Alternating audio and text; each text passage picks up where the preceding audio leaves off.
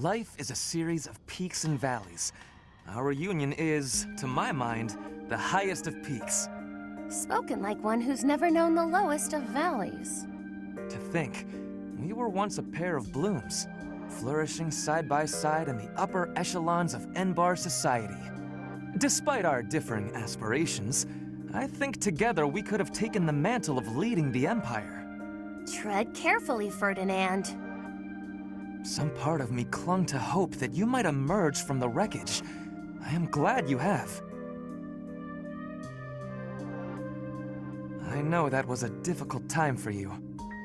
Oh, so you surmised that the single most humiliating event of my life was difficult, did you? It is becoming clear to me that this conversation is a waste of my time. Oh, that was rather brusque. Well, pardon me if I seem unmannerly in the face of a reminder of all I have lost.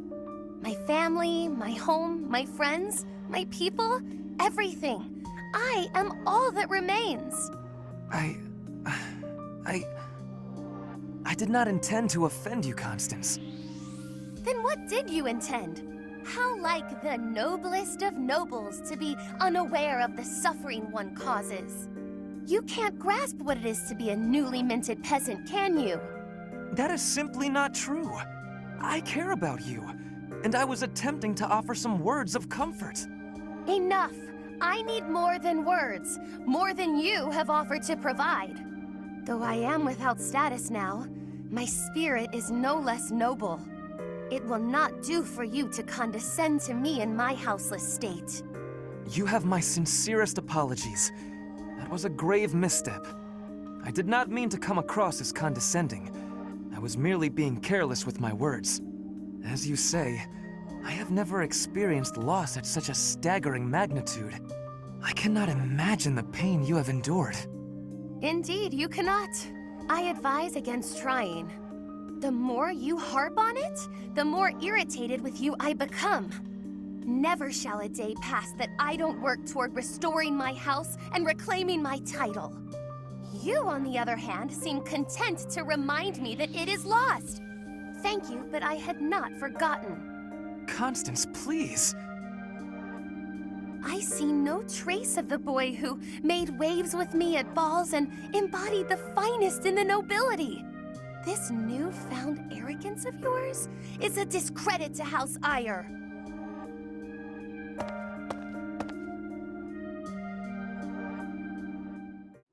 Hello, Constance. Greetings, Ferdinand. My condolences on your misfortune that our paths have crossed again. Oh, dear. I am not used to hearing you deprecate yourself like that. Never mind. Just listen. If it is an audience you require, I will endeavor to meet that need. When we last spoke, I was attempting to connect with you, to listen and show you some empathy.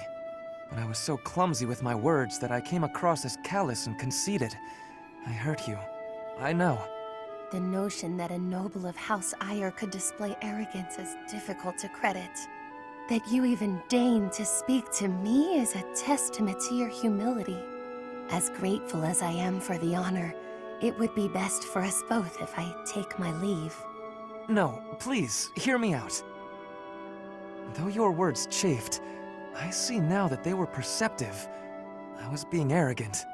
I tend to overcompensate. Perhaps I make a fool of myself, bragging about my superiority to Edelgard. You do yourself a disservice. If you are a fool, then I am folly herself. But you must know that it is no reflection on your sterling quality, Ferdinand. Even in the face of such adversity, you never strayed from the correct path. If this was the right path, the wrong path hardly bears thinking about. Still, your kindness has eased my worries a bit. A wise noble once said that life is a series of peaks and valleys, but I have struggled to find the peaks. I was once pushed to the nadir of a valley, and have spent my days confined there ever since. There is little chance that I will ever return to the heights I once knew, but it will not be for lack of trying. Your persistence is admirable. You are too gracious. I see the highest of peaks on your own road. The way is steep, but not long. You will reach it yet. And if my words might reach the ears of a man who has attained such heights, perhaps one who has reached his summit might pull a climber up behind him? Such is my heart's desire, unspeakable though it may be.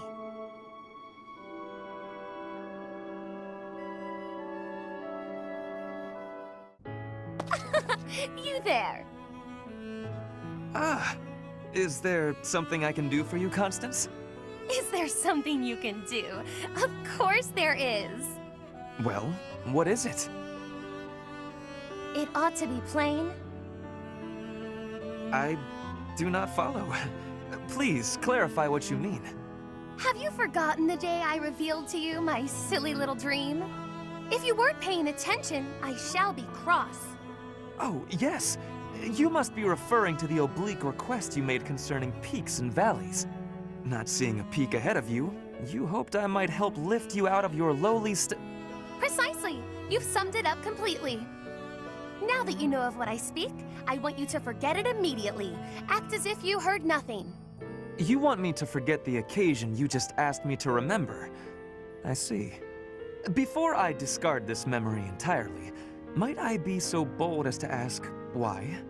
Is it not obvious? I don't want my weakness bandied about. I vowed to restore House Nouvelle through my own grand achievement. Just as I would not abandon this dream, I would not accept it being handed to me. Though if I am to be quite honest, the real reason is that letting you in on this vulnerability was an indiscretion I won't repeat. I see. What a curious situation. I don't take your meaning. 5 years ago, with the cladding of my highborn status stripped away, I was vulnerable and exposed. To borrow your words, I was in a valley, and a thick shroud of fog obscured the peak before me. Now, the cloud has lifted a bit, and I can see a glimpse of what lies ahead. And what, dare I ask, do you see? There is a towering cliff for you to scale, and a long, rocky path lying ahead of me. Rather than ascending separately, we can join hands and face these obstacles together. Then, we can reach the heights of our forebears, or, dare I say, even higher. Even higher, you say? Now you remind me once more of the boy I knew.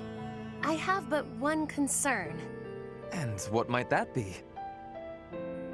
That I shall outpace your laggardly efforts. Huh? I was being sincere, you know.